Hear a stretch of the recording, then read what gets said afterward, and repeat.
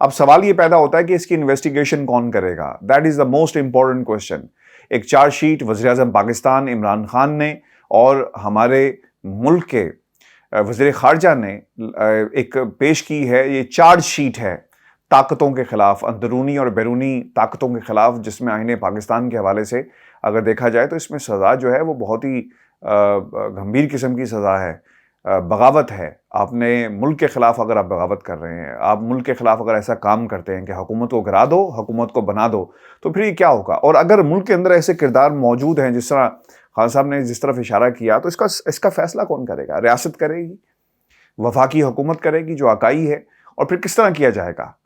آج میں خان صاحب کی تقریر ہمیشہ سے کچھ غیر ملکیوں کے ساتھ بیٹھ کر سن رہا تھا، تو مجھے جو پہلی بات کہی گئی کہ your prime minister is a great influencer. ان لوگوں کو عمران خان کی باتیں جو ملکی حالات کے تناظر میں ہیں، ڈیمز کے حوالے سے، عام صحت کارڈ کے حوالے سے، انہیں سمجھ آتی ہیں کہ ہاں ویلفیئر کے کام کر رہا ہے، لیکن انہیں یہ نہیں پتا کہ پاکستان کے سیاسی حالات کیا ہیں. اور وہ یہ کہتے ہیں کہ یس ہی از اے گریٹ انفلوئنسر. اور پھر اتفاق کی بات ہے کہ کچھ لوگوں نے جو اردو کو سمجھتے تھے، انہوں نے مریم نواز کی تقریر بھی سنی، حمزہ شہباز کی تقریر بھی سنی، اور بے ساختہ ان کے منہ سے یہ جملہ نکلا کہ یہ لوگ کون ہیں، یہ کس قسم کی سیاست کر رہے ہیں. فرق آئی کیو لیول کا آپ کو نظر آ جائے گا. خان صاحب نے جو کیس دنیا کے سامنے رکھا ہے اور پاکستان کی عوام کے سامنے رکھا ہے، اس کی ایک اپنی سگنیفیکنس ہے، اور دونوں لوگوں کو اگر آپ کمپیئر کریں تو کوئی موازنہ نہیں ہے. اور آج خان صاحب نے یہ ثابت کیا ہے کہ وہ صرف پاکستان کے لیڈر نہیں ہیں بلکہ اس خطے کے بھی لیڈر ہیں، اسلام کے لیڈر ہیں، اور جس طرح انہوں نے مسلمانوں کا کیس لڑا.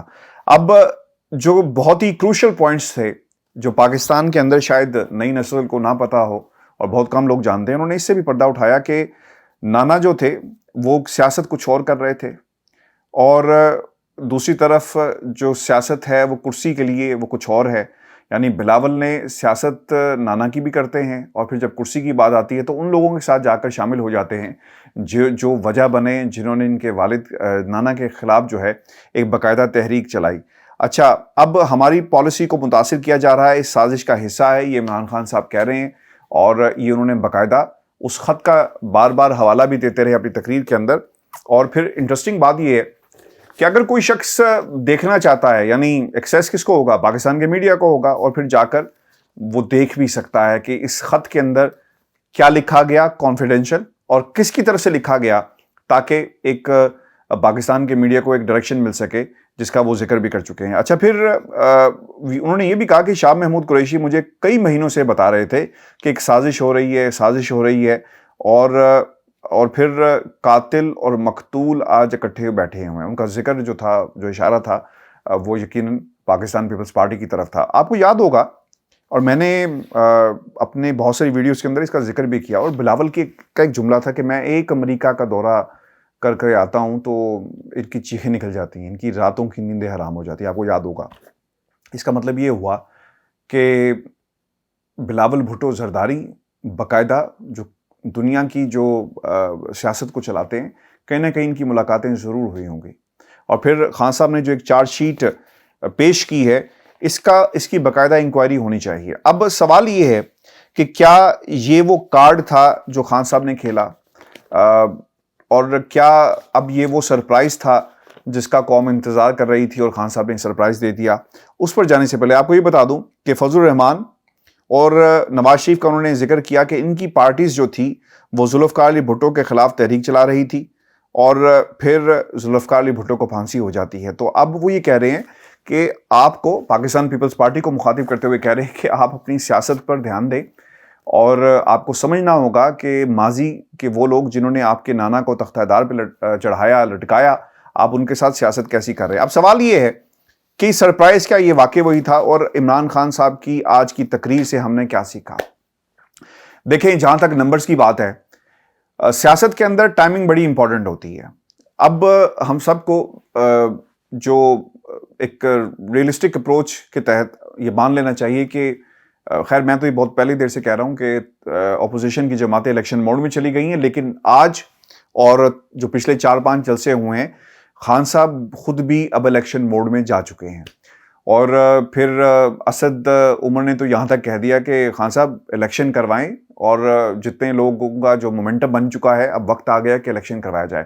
اب خان صاحب نے یہ جو تقریر کی اور یہ جو جلسہ کیا، اس کا بنیادی مقصد ویورز یہ تھا کہ ایک رابطہ عوام کے ساتھ بحال کیا جا سکے، اور جس بڑی تعداد کے اندر لوگ پورے پاکستان سے آئے، یہ نمبرز صدیوں یاد رہیں گے، مہینوں نہیں، سالوں نہیں، بلکہ صدیوں یاد رہیں گے کہ 2022 کے اندر ایک لیڈر تھا جس کا نام عمران خان تھا، اور اس نے اپنی قوم کی عزت کی بات کی تو پوری قوم نے پورے ملک سے اس کی آواز پہ لبیک کہا۔ اور آپ کو یہ بتا دوں کہ اب سوال یہ پیدا ہوتا ہے کہ کیا یہ جو نمبرز پیش کیے گئے، جو عوام کی طاقت تھی، اس کا مظاہرہ کیا گیا، کیا اس کا اثر پاکستان کے فیصلہ ساز حلقوں پر پڑے گا، پاکستان کی اپوزیشن پر پڑے گا، یا پھر عوام کو ایک مومنٹم جو دینا تھا یہ اس کے لیے کیا گیا، اور پھر وہ اتحادی جو چلے گئے ہیں کیا وہ اپنے فیصلے پر نظر ثانی کریں گے؟ یہ بنیادی سوالات ہیں۔ جہاں تک پاکستان کی عوام کا تعلق ہے، رابطہ مہم کا آغاز ہو چکا، اور بہت جلدی خان صاحب اپنے جو آپشنز ہیں ان کو دیکھ رہے ہیں، کیونکہ ایسی اطلاعات آ رہی ہیں کہ پنجاب اسمبلی میں بھی، شاید پنجاب کے اندر بھی تحریک عدم اعتماد لائی جائے گی۔ اور آپ کو یہ بھی یاد رکھنا ہے کہ پنجاب اسمبلی کا اسپیکر جو ہے وہ کاف لیگ کا ہے، چودھری پرویز الہی صاحب ہیں، اور یہاں پر اسد کیسر کی جو ڈیلنگ ٹیکٹکس ہیں اس طرح نہیں استعمال کی جا سکتی، انہیں فیصلہ کرنا پڑے گا۔ تو عوام کا جہاں تک تعلق تھا، اپنا کیس عوام کے سامنے انہیں پریزنٹ کر دیا، نکات رکھ دیے، عالمی سازش کو بھی قوم کے سامنے رکھ دیا، اور پھر 3.5 سال کی جو کارکردگی تھی اس کا بھی احاطہ کر دیا۔ اب سوال یہ پیدا ہوتا ہے کہ کیا اس کا اثر اپوزیشن کی جماعتوں پر ہوگا؟ بالکل ہوگا۔ یاد رکھیے گا، ان کی جو کنفیوژن ہے اس کا آپ اندازہ اس سے لگا سکتے ہیں کہ ایک ٹیم بیٹھی ہوئی ہے۔ یہ بہت ہی امپورٹنٹ ہے آپ کے ساتھ یہ اینگل شیئر کرنا، اور وہ لوگ جو سوشل میڈیا پہ بہت ایکٹیو ہیں وہ دیکھتے بھی ہوں گے۔ ایک ٹیم بیٹھی ہوئی ہے جس میں آپ کو طلعت حسین صاحب نظر آئیں گے، اس کے علاوہ اور بھی بہت سارے صحافی ہیں، لیکن کیونکہ میں ٹویٹس جو دیکھ رہا تھا، طلعت حسین صاحب کی ٹویٹ ہے، انہوں نے لکھا کہ 15,000 لوگ ہیں۔ پھر ایک اور خاتون تھی اسی قبیلے سے جن کا تعلق ہے، وہ یہ کہتی ہیں کہ 8 سے 10,000 لوگ تھے۔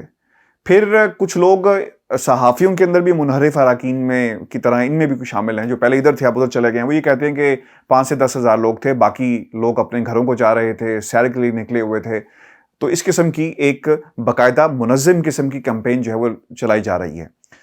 اتحادیوں کو اب سمجھ نہیں آ رہی کہ انہوں نے کرنا کیا ہے۔ اپوزیشن والے جو تقریریں کر رہے ہیں، مریم نواز نے اپنی تقریر میں یہ کہا کہ جلسہ کیا ہوتا ہے گجرانوالہ نے بتا دیا، وہاں پر صرف کچھ ہزار لوگ موجود تھے، اور کس ڈٹائی کے ساتھ یہ قوم کے ساتھ جھوٹ بولتے ہیں ان کی حقیقت آپ کے سامنے ہے۔ نمبرز کیا ہیں، کتنے لوگ تھے، کیا ہوا کیا نہیں ہوا، یہ ہمارے ملک کے فیوچر کے سیاستدان ہیں جو چاہتے ہیں کہ اس ملک کی باغ دوڑ ان کے حوالے کر دی جائے۔ نمبرز کے اوپر لڑ رہے ہیں۔ اتحادی کیا سوچ رہے ہیں، یہ بہت ہی امپورٹنٹ سوال ہے۔ شاہزین بگٹی صاحب جا چکے ہیں، اور حکومت والے شاید ان سے رابطہ بھی کریں، اطلاعات ہی آ رہی ہیں، لیکن ویورز امپورٹنٹ یہ ہے کہ کیا کاف لیگ اپنا فیصلہ سنائے گی؟ کاف لیگ اپنا ذہن بنا چکی ہے، اور اطلاعات یہ آ رہی ہیں کہ 8 سیٹوں پر سیٹ ایڈجسٹمنٹ آنے والے الیکشن کے اندر، اور پھر دوسری طرف پنجاب کی وزارت کے حوالے سے بھی بات کی جا رہی ہے۔ پنجاب کے نمبرز ہمیں دیکھنا ہوں گے کہ کیا یہ نمبرز رہتے ہیں، اور پھر کیا خان صاحب ان کی انکار کرنے سے پہلے کیا وہ پنجاب اسمبلی یعنی پنجاب میں جو اسمبلی ہے اسے توڑ دیں گے؟ سمری چونکہ تیار کروا لی گئی ہے، اور پھر کیا حکمت عملی تیار کی جاتی ہے، یہ بڑا سوال ہوگا۔ تو پھر کاف لیگ کے حصے میں کیا آئے گا؟ اور یہ بھی بہت امپورٹنٹ ہے، کیونکہ اگر وہاں سے وزارت کی آفر ہو رہی ہے اور یہ خبر سچی ہے، تو پھر یہ بھی سوچ رہے ہوں گے نا کہ اگر وزارت اسمبلیاں ٹوٹ گئی تو پھر ہم کیا کریں گے؟ کیا وقت سے پہلے اگر ہم جو تحریک اعتماد ہے اسے ٹیبل کر دیتے ہیں تو شاید پھر یہ معاملات بچ جائیں۔ یاد رکھیے گا، اسد کیسر صاحب نے تو شاید ڈیلنگ ٹیکٹکس اپنا لی تھی، لیکن پنجاب اسمبلی میں ایسا نہیں ہوگا، اور پروسیس کو تیز کیا جائے گا، چونکہ پرویز الہی صاحب نے جو ہے وہ وزارت اگر سنبھالنی ہے تو پھر اگر ٹیبل ہو گئی تو پھر اسے تحریک عدم اعتماد لانا اگر آ گئی تو پھر آپ اسمبلیوں کو نہیں توڑ سکیں گے، جس طرح آپ وفاق کے اندر یعنی قومی اسمبلی کو نہیں توڑ سکتے خان صاحب۔ تو یہ بہت ہی ٹرکی ہوگا، اور اس کے اوپر بھی بات چیت کی جا رہی ہے کہ اگر ایسا ہوا تو پھر کیا عمل ہوگا، اور پھر اس صورت کے اندر انہیں کتنی سیٹس دی جائیں گی. گرین سگنل نون لیگ کی طرف سے دے دیا گیا کہ ہم 10 سیٹوں کی قربانی دے دیں گے اور آپ کو وزارت بھی دے دیں گے. ابتدائی طور پہ کہا گیا تھا کہ 2 ماہ، لیکن بعض لوگ یہ کہہ رہے ہیں، جو خبریں میڈیا میں بھی رپورٹ ہوئی اور میری بھی کچھ لوگوں سے بات ہوئی، کہ 6 ماہ کے لیے کہا جا رہا تھا. لیکن مجھے ایسا ہوتا نظر نہیں آ رہا. خان صاحب کبھی بھی نہیں چاہیں گے کہ پنجاب کے اندر، سینٹر میں اگر ان کی حکومت چاہتی ہے تو پنجاب میں ان کی حکومت رہے. شاید وہ اسمبلیوں کی تحلیل کا جو معاملہ ہے، توڑنے کا معاملہ جو ہے، اس پر غور کریں گے. اب بات یہ رہی کہ کب اعلان کیا جائے گا.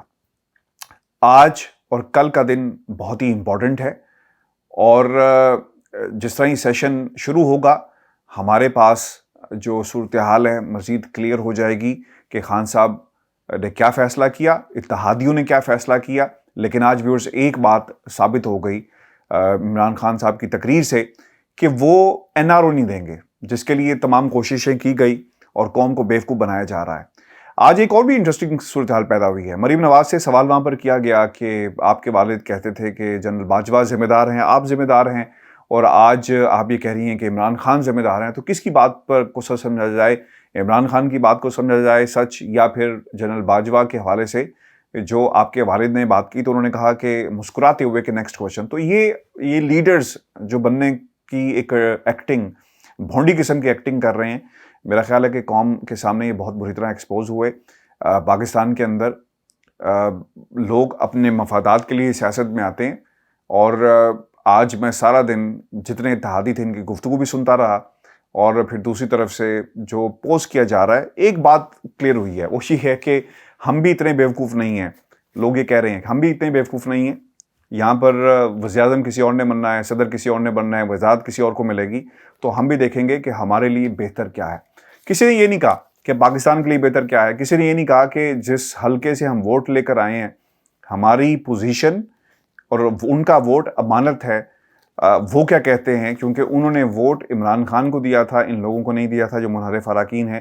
اور اتحادی اوبیسلی واپس اپنے حلقوں میں جائیں گے تو پھر کیا منہ دکھائیں گے، اس کے اوپر بھی بہت سارے سوالات ہیں. ویورز، یہ ہماری ایک مختصر سی ویڈیو تھی. اپنے کمنٹس بھیجیے گا، انشاءاللہ اگلی ویڈیو کے اندر میں مزید جو اس تقریر اور آج کی جو پولیٹیکل ڈیولپمنٹس ہوئی ہے اس حوالے سے مزید اینگلز بھی آپ کے سامنے رکھوں گا. اجازت دیجیے.